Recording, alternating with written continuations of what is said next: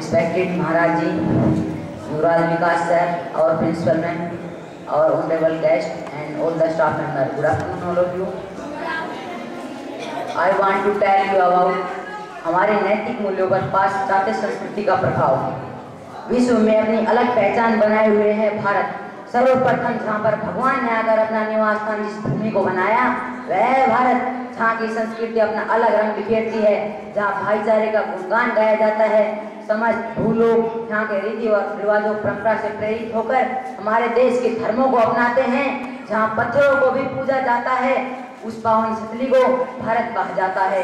जी हाँ, भारत भारत भारत। मानवर परिवर्तन जिंदगी का नियम है। एक ऋतु के बाद दूसरी और दूसरी के बाद तीसरी का आना स्वाभाविक है। जैसे एक रात के बाद दिन आता है, ठीक वैसे ही क्षण क्षण हमारे जीवन में परिवर्तन आता रहता है। इसी से हमारा पूरा जीवन बदलाव के आधार पर टिका होता है। प्राचीन काल में रिश्तों की महत्ता बहुत अधिक थी। एक पुत्र अपने माँ बाप को भगवान मानकर पूजता था, उनके कहे आदेश के अनुसार कार्य करता था, सबके प्रति सम्मान की दृष्टि रखते हुए अपने राष्ट्र के प्रति श्रद्धा रखता था। उस समय गुरु आचार्यों का जीवन में बहुत महत्व था। माता पिता अपने पुत्र को शिक्षा के लिए गुरु के पास भेजा करते थे। उस समय की शिक्षा विद्यार्थी को केवल डिग्री देने के लिए ही नहीं होती थी, बल्कि गुरु का एकमात्र लक्ष्य होता था कि उनका शिष्य मने ही नहीं अपितु गुणे भी, अर्थात पढ़ाई पढ़कर अच्छे अंक ही प्राप्त न करे, जो कुछ भी पढ़ा उसे जीवन में उतारे भी। नैतिक गुणों का समावेश ही जीवन को पार लगाता है। ये बात आज भी हम सब भली भांति जानते हैं। शताब्दी दर शताब्दी हमारी सोच में अंतर आया। हमने अपने जीवन को सरल बनाने के लिए विदेशों से हाथ बटाया, नई नई खोज करके आधुनिकता के युग में कदम रखा और दौड़ते दौड़ते इतनी आगे बढ़ गए कि ये तनिक भी नहीं सोचा कि जिनसे आज हम दोस्ती कर रहे हैं वही अंग्रेज हमारे ऊपर पूरे 200 वर्ष तक राज कर गए। लाखों मुसीबतों के बाद, लाखों घरों के टूटने के बाद, ना जाने कितना लहू देकर हमने अपना स्वतंत्रता रूपी दिया जलाया और अपने भारत को पुनः सोने की चिड़िया बनाया। दूसरी ओर धीरे धीरे हम 20वीं शताब्दी से 21वीं शताब्दी में आए।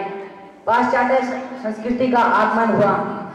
पाश्चात्य संस्कृति, रीति रिवाजों, परंपरा ने आज अपनी जड़ें इतनी मजबूत बना ली है। दुख होता है जब एक बच्चा अपने माता पिता के चरण स्पर्श करने की बजाय आई मॉम, आई डैड कहता है।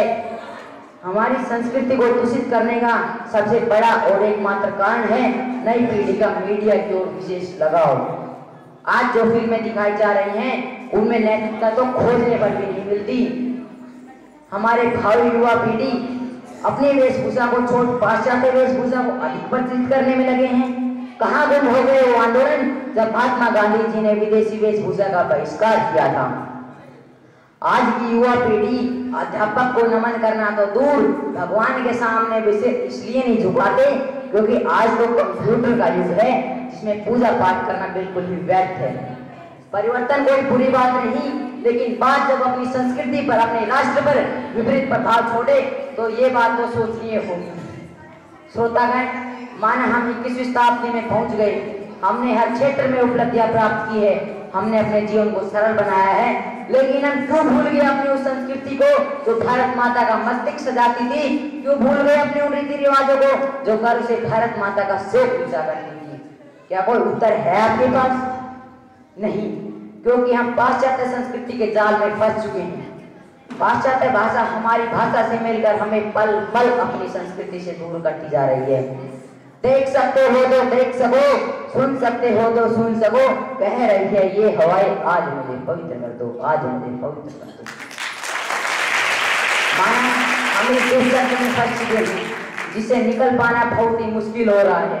मुश्किल तो है, नामुमकिन तो नहीं। उठाओ अपने मसाल और देखो अपने आप को। आप राम थे, फिर सैनिक गोल्डी क्यों हो गए?